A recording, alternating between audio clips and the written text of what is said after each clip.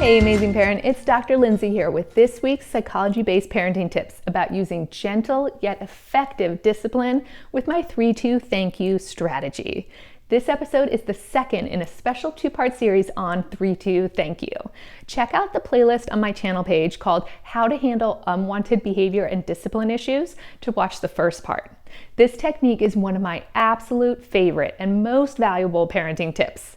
In my last episode, we talked about how 3-2 thank you falls under the choices and checkpoints category of my 5 C's parenting framework, because at its core, 3-2 thank you is about teaching children to make good decisions.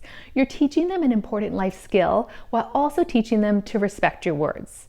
In addition, 3-2 thank you can be an extremely useful, gentle disciplinary technique, so it could just as easily fall under the consequences category of my 5 C's parenting framework. We're going to break this episode down into 4 sections today. First, let's talk about the major perks of this strategy. 3-2 thank you is one of the best ways to establish the parent as the loving authority figure in the parent-child dynamic. This is important to do early in your parenting.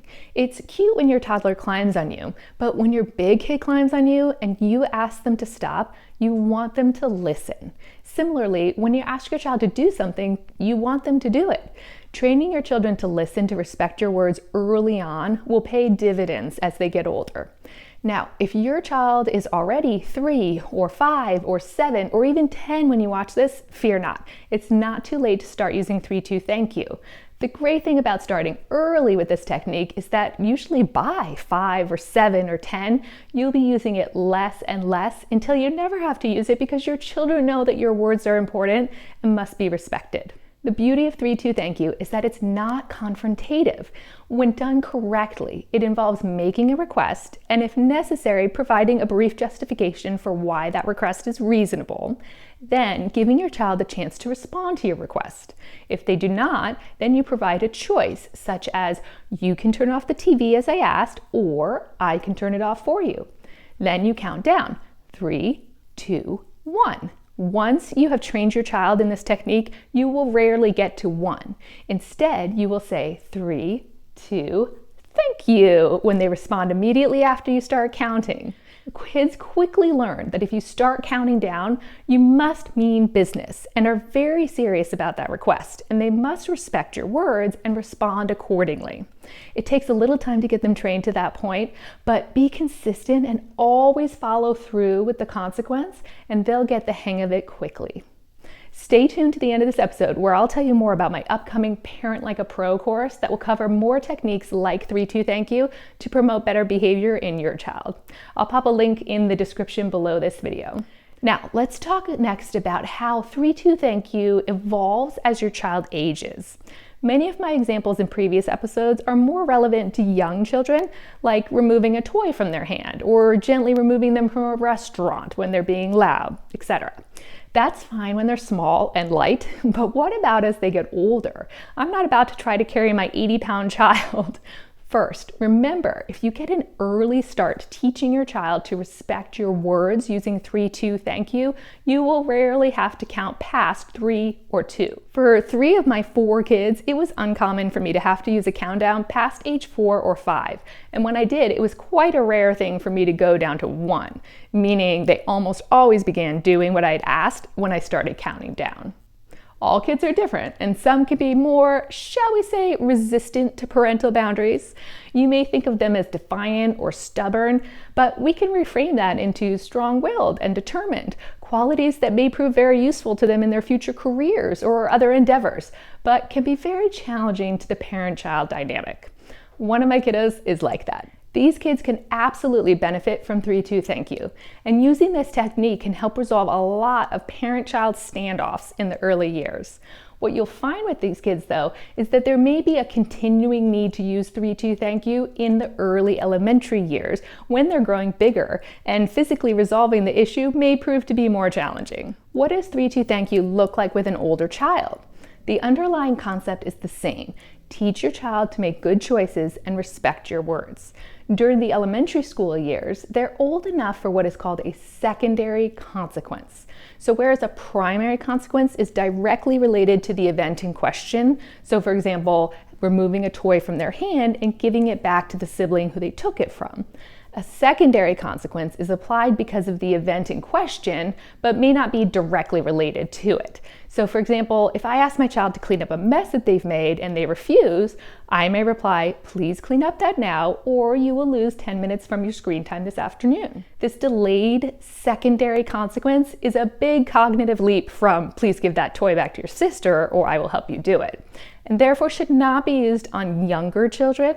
Depending on your child's development, they might be ready for secondary consequences somewhere in the age of 5 to 6 range. Now, let's talk more about secondary consequences. When using secondary consequences, there are a few factors to remember. First, just as with younger children, you want to be sure that you explicitly state the secondary consequence. To help your child make an informed decision, they should know the details of the potential consequence in advance. Use details like 10 minutes of screen time rather than just screen time.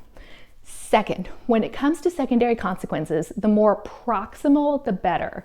That means ideally the consequence follows shortly after the behavior. In my example above, screen time isn't scheduled until later in the day. That's okay for an older child, but if there were a consequence earlier in the day, soon after the problem behavior, that would be even better. I definitely wouldn't recommend putting off the consequence for days. Third, be sure that the secondary consequence is fair. I said 10 minutes of screen time in the example above. Depending on the severity of the behavior, that might be reasonable. An hour of screen time might be excessive. It depends on the specific situation.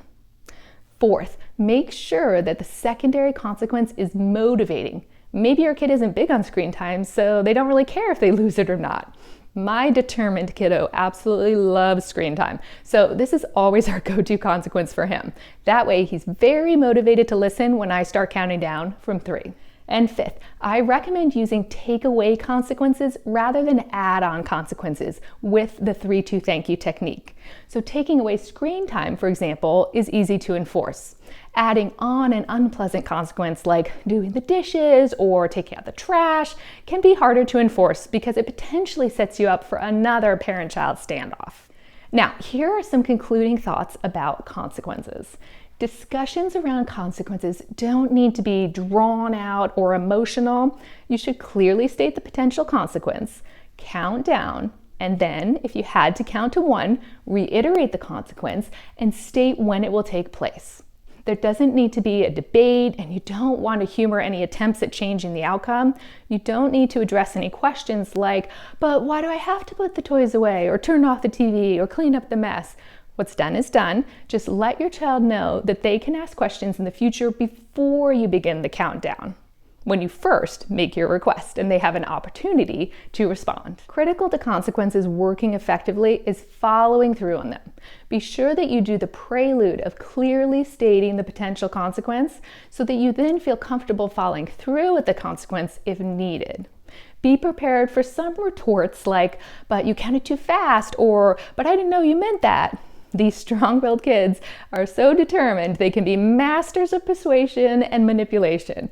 You'll get the routine down very quickly and be sure that you include the essential elements so you then feel comfortable following through on the consequence. And they'll learn the ropes quickly to choose the better option next time. I'd love to hear in the comments about any successes or challenges that you've been having using the 3-2 thank you technique with your family. Okay, parents, here's the take-home message for this episode. In summary, teaching consequences early helps children learn to make good choices and helps you to maintain a sense of composure in your parenting. My 3-2 thank you strategy works like a charm, but that's the most I would suggest for consequences in the under age 5 range. Adding the next layer of secondary consequences for children age 5 and older, depending on your child's ability to plan ahead and understand consequences. Remember to pick your battles, so to speak, and reserve consequences for serious behavioral problems, not just for everyday interactions with your kids. And remember, you must follow through on consequences to ensure that your words are considered meaningful. Also, be sure to complement your use of consequences with positive reinforcement and modeling of good behavior. Now you see how 3-2 thank you could be categorized in the choices and checkpoints category of my 5 C's parenting framework or in the consequences category. If you're new to the 5 C's, look in the description below this video to find more parenting resources, including a video about the 5 C's parenting framework and a link to sign up for my weekly newsletter to be sure you never miss any of my new tips. Okay, amazing parent, that wraps up today's episode. Thanks for joining me to fill your parenting toolbox with psychology-based tools to feel more confident and capable in your parenting. If you found this video helpful, I invite you to give it a thumbs up and subscribe for more parenting with psychology tips. Join me next week to learn if you're an amazing parent. In the meantime, check out my free resources listed below in the description and keep up the good work on your amazing parenting journey. Oh, and if you love the idea of gentle discipline tools like 3-2 thank you that actually work to promote better behavior in your child, you're gonna love my upcoming Parent Like a Pro course that will cover everything from how to get ahead of tricky parenting situations to handling in-the-moment parenting dilemmas. Sign up today at parentingwithpsychology.com/pro waitlist. You can also find the link in the video description below, along with other free downloadable parenting resources. My weekly tips are also available to read on my website or to listen to on your favorite podcast player. If you'd like to connect with me more regularly and join the Parenting with Psychology community, follow Parenting with Psychology on Instagram, Facebook, and TikTok. I love hearing from you, so please leave a comment below and let me know how you've been using these tips in your parenting practice, or about any topics you would like me to cover in future episodes. Finally, a quick legal disclaimer. Please note that the advice provided in this episode is different than therapy and does not serve as a substitute for professional psychological treatment or other types of professional advice or intervention. If you or your child have concerns or need further parenting or personal support, please contact a physician or other qualified local health professional. See you next week, amazing parents.